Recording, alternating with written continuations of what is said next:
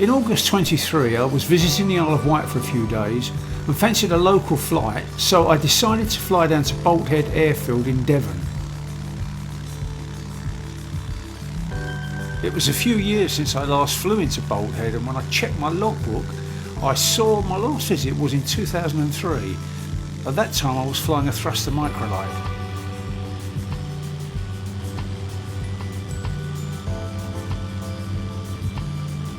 The main reason for flying to Head was to get video footage of the coast either side of the Salcombe estuary, as well as Head Airfield itself.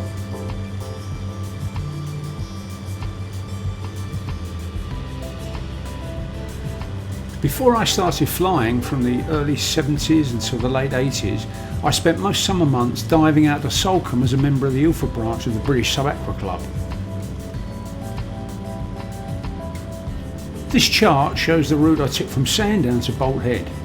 To save camera battery, I turned the GoPro off shortly after takeoff from Sandown until I reached Slapton Sands, when I turned the camera back on again.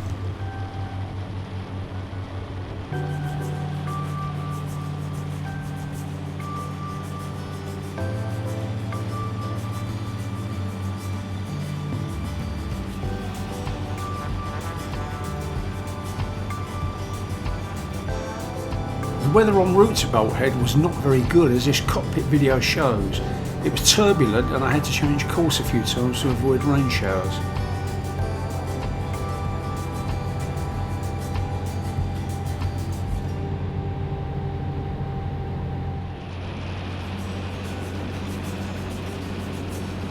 When I reached Slapton Sands, the weather improved and I was also able to fly over the sea in the smoother air.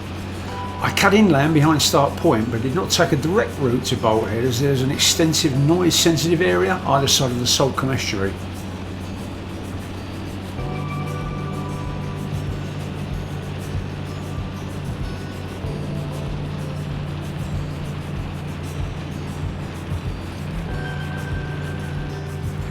This is where I crossed the coast again, with Start Point behind me and a noise sensitive area to my right.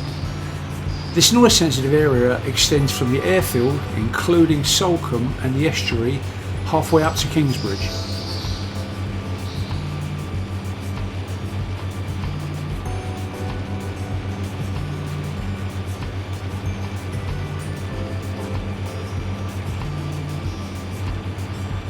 The runway at Head is arranged almost east-west, so I could have made a straight-in landing as the wind was from the west and I was approaching from the east.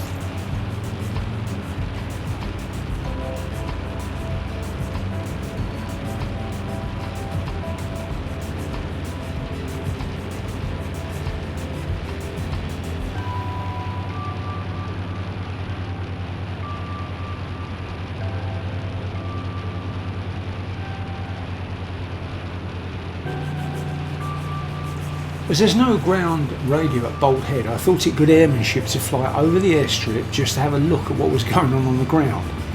I had made blind radio calls on the safety com frequency just to let anyone else flying in and out of the airfield know what my intentions were, but all was quiet, so I decided to fly to the south of the airfield, slightly outside of and slightly higher than the circuit, to check for any activity on the airstrip. After completing the pass of the airstrip, I turned 180 degrees and joined the downwind leg of the circuit at the correct circuit height.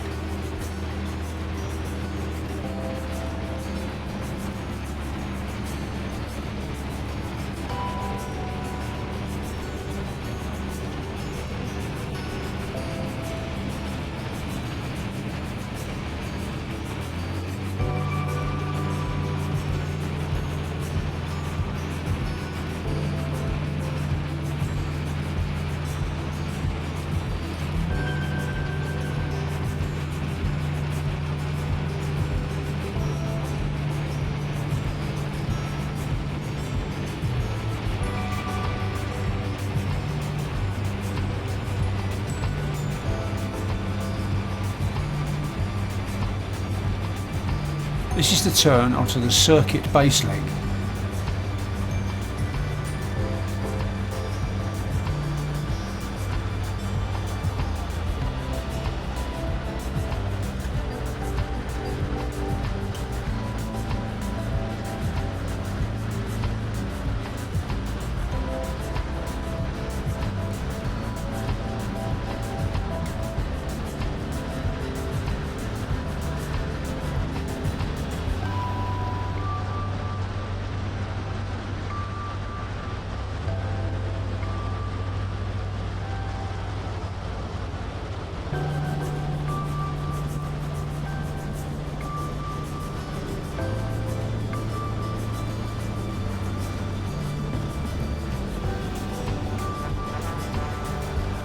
On the final approach to land, to the left of the runway, East Soar Farm can be seen with its white bell tents pitched in the field nearest the airstrip. These buildings and fields are the East Soar Outdoor Experience Centre, which includes function rooms and a walker's hut where you can get light refreshments.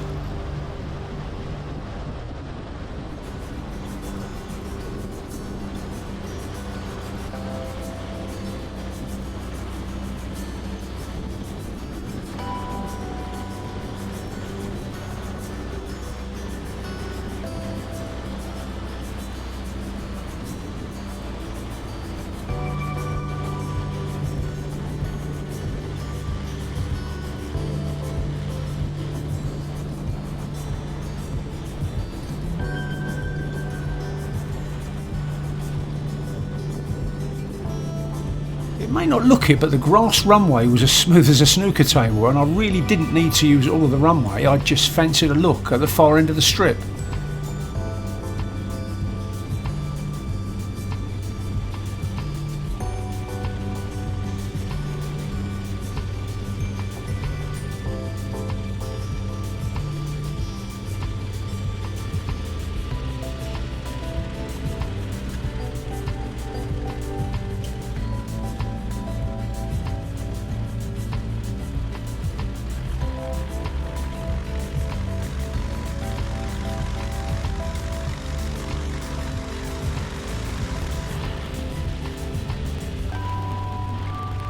As I turned off the runway, taxiing towards the parking area, I saw a large blue helicopter with its rotors turning, just about to lift off. This supports the need for a flyby to identify any activity on the ground when flying into an unmanned strip.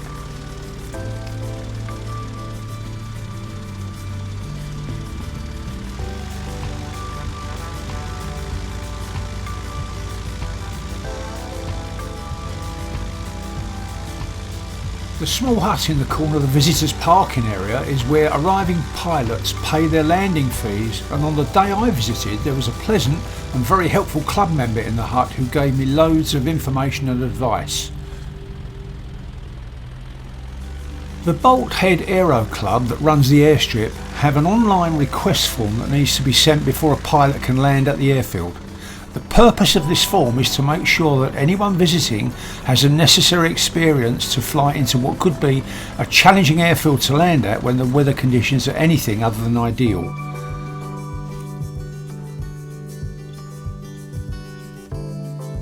The aerial photo on the left is a 2024 image of the airstrip, and the photo on the right was taken during World War II in 1943.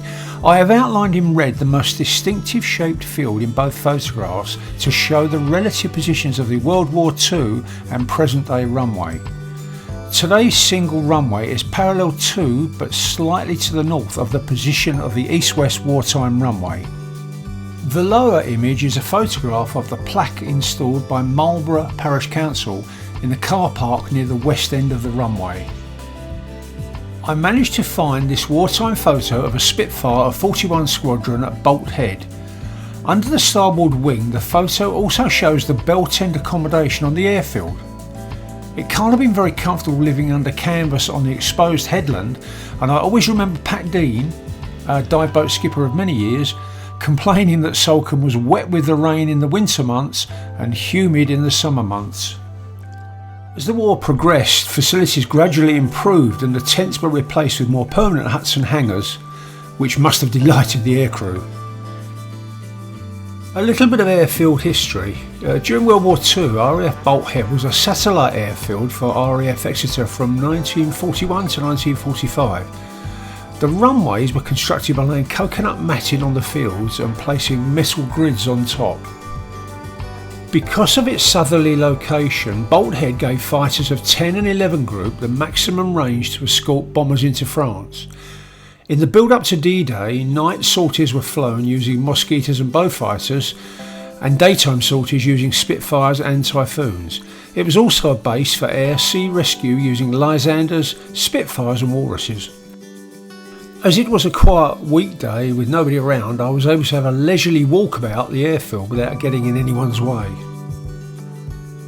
A ground control interceptor station was established on the northeast side of the field in 1941 to direct fighter operations in the English Channel.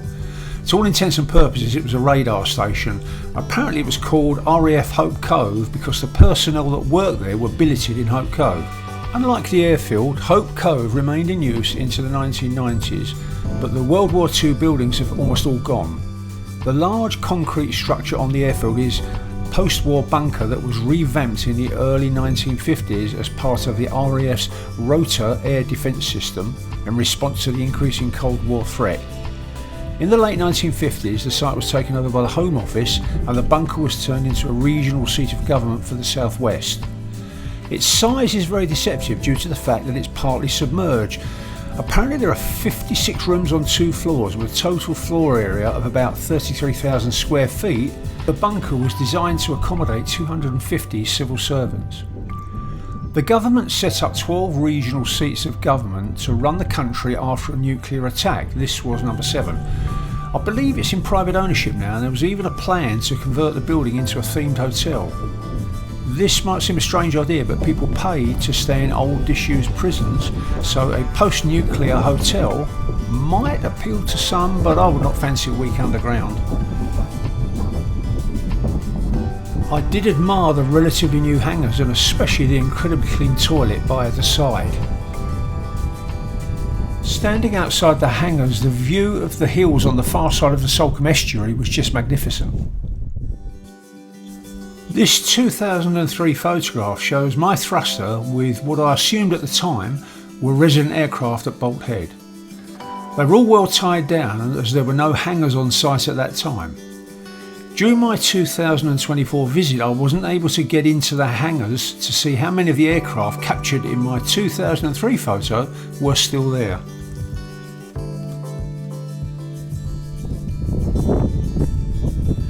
I walked to the end of runway 29 and at the risk of sounding like an estate agent trying to sell the airfield, the view west really does not do justice to the fantastic condition of the runway surface.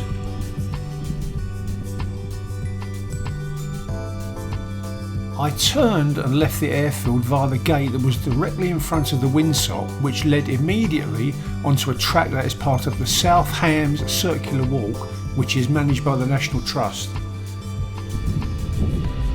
This clip shows East Soar Outdoor Experience Centre in the distance, and the inset photos of their walkers' hut where you can get light refreshments.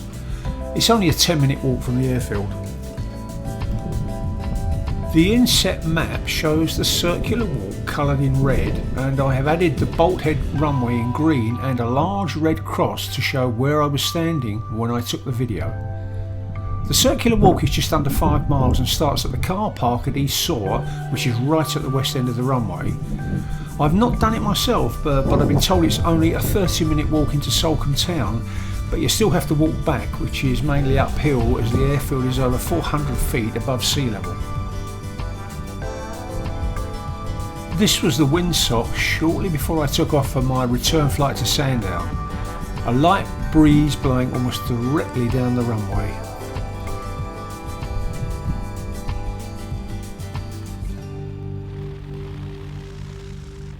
The runway at Bolt Head is about 600 metres long, and when taking off from grass it's usual to expect a longer takeoff roll than when taking off from a much smoother asphalt or concrete runway. For the past few years I've been flying out of North Weald with its 1,800 metre hard runway, so takeoff roll is not much of an issue there. However, before moving to North Weald I was on a grass strip similar in length to this runway, so I'm familiar with the issues when taking off from grass. Even though the strip was dry with short grass and felt as hard and smooth as some hard runways I've flown from, I treated the departure as a short field takeoff.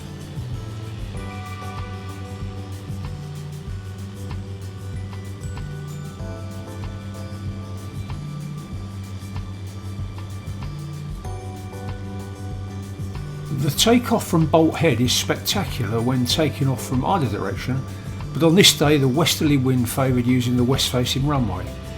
Even though we all trained for it, no pilot wants an engine failure after takeoff, but at Bolt Head I think it will probably end up with a ditching.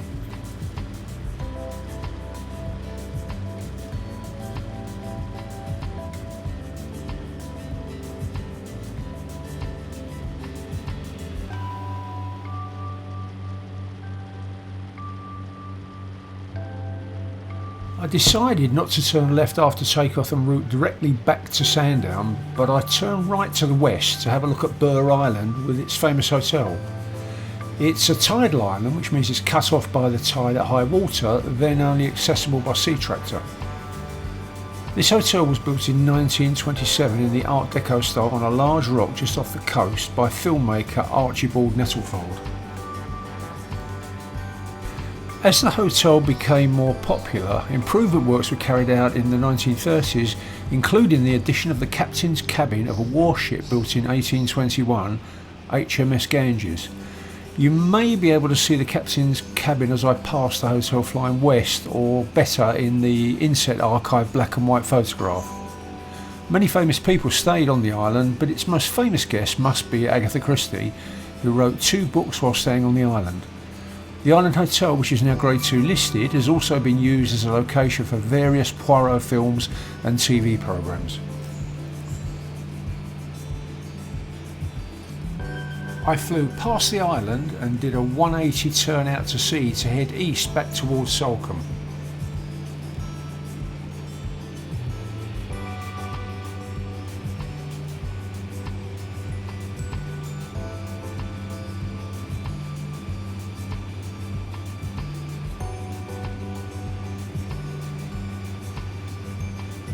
Flying back towards Salcombe, most of the places along this section of the coast are familiar to me from my diving days.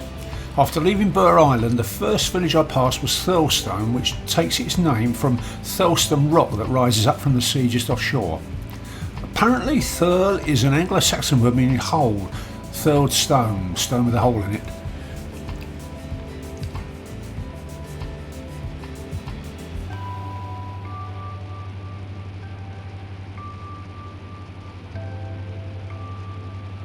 There is a beautiful sandy beach opposite the Thurlestone rock that has shallow water just off the beach, which makes it popular with families who have young children. I am a fair way out to sea as I pass the rock, but the hole in the rock is best shown in the inset photo.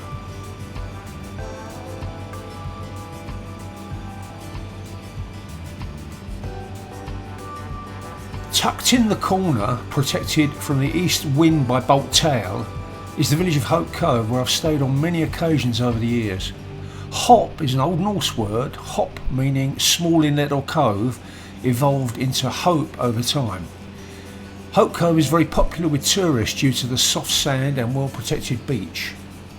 After passing Hope Cove, I turned out towards the sea, where there are many hundreds of shipwrecks that line the deep water offshore, which are diveable by suitably equipped, experienced sports divers. Many of these are World War I and World War II German U-boat casualties. Apart from these casualties of war, generally in deeper water, there are also many ships that floundered on the rocks along the shoreline. This map shows some of the wrecks that ended up on the rocks along the short section of coast between Burg Island and Start Point. Passing just out of shot to the left is one of the wrecks my wife and I dived on many years ago, HMS Ramillies, a 90-gun ship of the line that hit the rocks during a storm in February 1760 with the loss of 700 lives. When diving out of Salcombe with our usual skipper, we would have a deep offshore dive in the morning, and then the skipper would anchor up closer inshore, the actual position depending on where the boat was best sheltered from the wind. Here we'd have our lunch, and after a suitable time would have a shallower offshore dive later in the afternoon. During this lunch break, while anchored inshore, we'd often dive the wreck sites in the very shallow waters against the rocky shore. Due to the passing years, many of these wrecks are not easily recognisable, some being reduced by decades of crashing waves to no more than a few metal plates. The four-masted Herzogen Sicily, I make no apologies for the pronunciation, 1902 built steel bark, came to grief on the Hamstone rock I've circled in the video.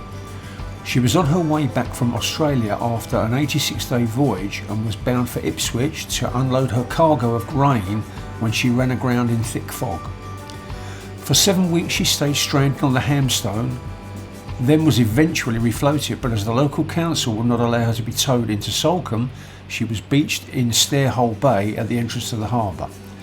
Unfortunately, the sand in Starehole Bay concealed underlying rocks and she broke her back.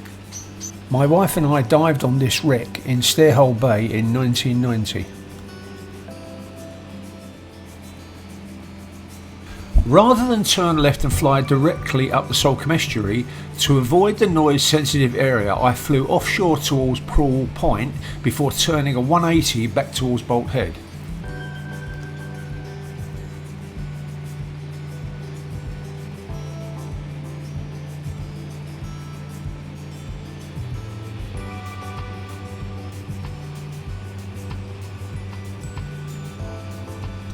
In front of the aircraft is Starehole Bay, where the Herzogen Sicily was finally beached as shown in the inset archive photograph.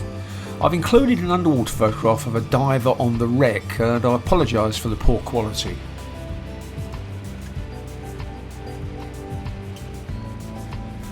Taking a sharp right turn to avoid overflowing Salcombe, I cut across behind Start Point across the coast into Start Bay. During the turn, the town harbour jetty is visible in the distance and is the same jetty captured in my 1970s photograph where my friend Andy is loading the dive boat. Further into the turn, the town of Kingsbridge can just be made out in the distance. Once I'd crossed the coast into Start Bay, I flew south until I passed Start Point, then turned 180 degrees to fly back along the coast, starting at the lighthouse. I remember Start Bay being quite shallow but particularly good for scallop fishing, with the scallops just laying on the sandy seabed ready to be picked up and put in a large sack.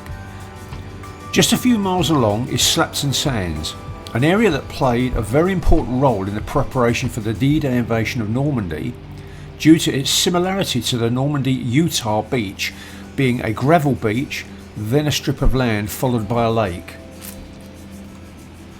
Exercise Tiger started in April 1944 and involved some 30,000 mainly American troops, and it required 3,000 local residents to be evacuated. The exercise was a bit of a disaster as there were two major incidents that resulted in the loss of about 750 men. Live ammunition was used on Eisenhower's orders to make the practice more authentic for the soldiers, which included a naval bombardment 50 minutes prior to the landing. The assault on the beach was set for 7:30, but due to delays, the exercise start time was rescheduled for an hour later, starting at 8:30, but some of the landing craft did not receive this information and landed on the beach at the original scheduled time of 7:30 to come under live fire, with as many as 450 men being killed.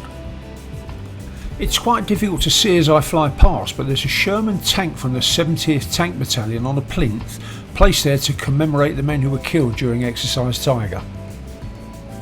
The second incident on the day happened out at sea, where a convoy of 8 landing ship tanks had formed in Lyme Bay far enough away from Slapton Sands to simulate the actual distance of the planned D-Day crossing to the Utah beach in France. As this was a full dress rehearsal, the soldiers were wearing full combat gear and the landing ship tanks were full of tanks, jeeps, smaller amphibious vehicles, weapons, fuel and ammunition.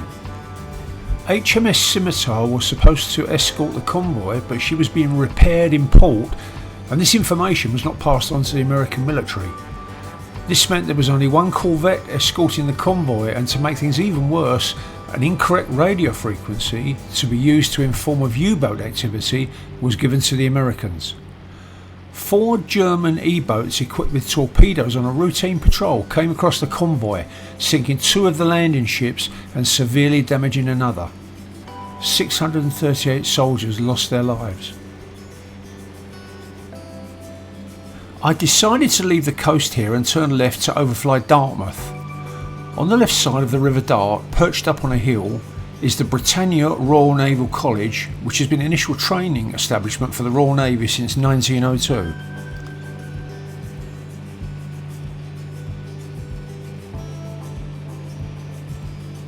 On the right side of the river there's a steam railway that runs from Paignton to Kingswear, where there's a choice of ferries to cross the River Dart to Dartmouth. Rather than returning on the steam train from Kingswear, there is the option of travelling by boat up the River Dart to Totnes, then taking an open-top bus back to Paignton.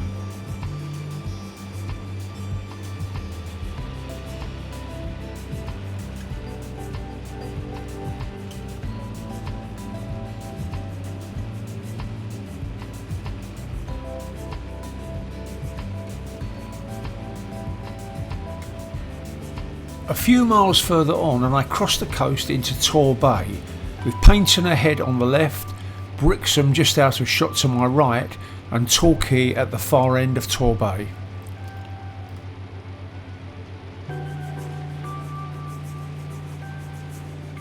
I now pass directly overhead the marina and the town of Torquay, which is fondly known as the English Riviera and was popular with Victorian society due to its mild microclimate having mild but wet winters. The writer Agatha Christie was born in the town and lived at Ashfield in Torquay during her early years. Just under 10 miles from Torquay is the town of Taymouth, which is a stunning coastal town with many historic Georgian buildings as well as long sandy beaches. The section of the main southwest Riviera train line that runs from Exeter through Dawlish and onto Taymouth was severely damaged by a ferocious storm on the 4th and 5th of February 2014, followed by another on 14th of February. The resulting storm damage cut off the only railway connection to the southwest for 8 weeks. The tracks can be seen directly behind the beach, which shows how exposed to the weather the section is. Immediately on the other side of Parsons Tunnel, circled in red, a rockfall shelter was constructed to protect the line from future landslips. The most damage was done to the Dawlish section of the line, which has now been upgraded by Network Rail at a cost so far of £165 million. After passing the Regency resort town of Dawlish, the beaches in the nature reserve of Dawlish Warren come into view, with Exmouth directly ahead and the River Exe off to the left. Exmouth is the starting point of the World Heritage Jurassic Coast, which goes all the way to Swanage in the east. As I did on my outbound journey from Sandown, I turned the GoPro off for the section of the flight that took me over rather uninteresting farmland until I reached Stony Cross World War II disused airfield. Rather than running the risk of busting a piece of restricted airspace, I usually tend to give them a wide berth as shown by my route on the chart. I've often compared a flight that involves weaving between various pieces of restricted airspace to a more straightforward route in uncontrolled airspace for the same flight. The difference is more often than not only a few minutes, but a lot less stressful and more enjoyable. My choice may be because I fly my own a lot, or it's just an old person thing. As I approached Stony Cross from the west, I descended to 1200 feet and turned the GoPro back on. Stony Cross opened in 1942, closed in 1948 and was handed over to the Forestry Commission, who still manage the land today. There's a road that runs parallel to the old long runway, the outline of which is still visible. I visited by car a few years ago and was surprised how many animals were roaming free on the site.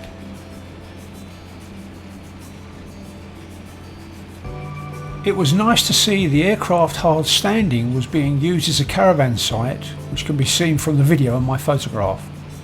From overhead Stony Cross, the track to Bewley disused airfield is roughly 167 degrees, and if this track is held below 2,000 feet, there should be no incursion into either Bournemouth or Southampton's airspace to the left or right. At the narrowest point, it's about 6 miles wide and 9 miles between the two airfields, another 4 miles roughly to the Solent, about 10 minutes or so flying time depending on the wind. The ground within the corridor is generally rather featureless, and the old airfields always stand out against the background, as can be seen in the video. RAF Bewley opened on the 8th of August 1942, used during World War II by the British and Americans as a bomber and fighter airfield. After the war it was used for experimental work until it closed in 1959, and only model aircraft now fly from a short remaining section of concrete.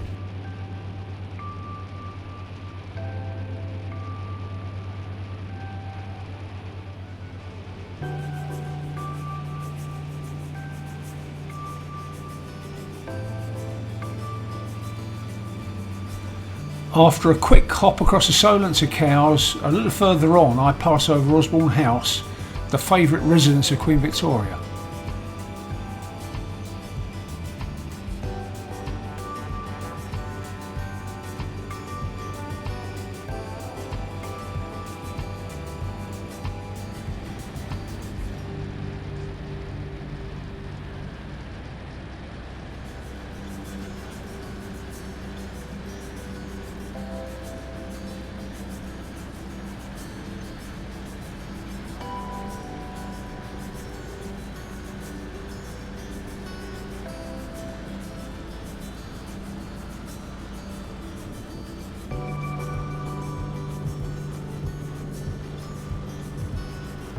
Here I am back at Sandown on the base leg for runway 23.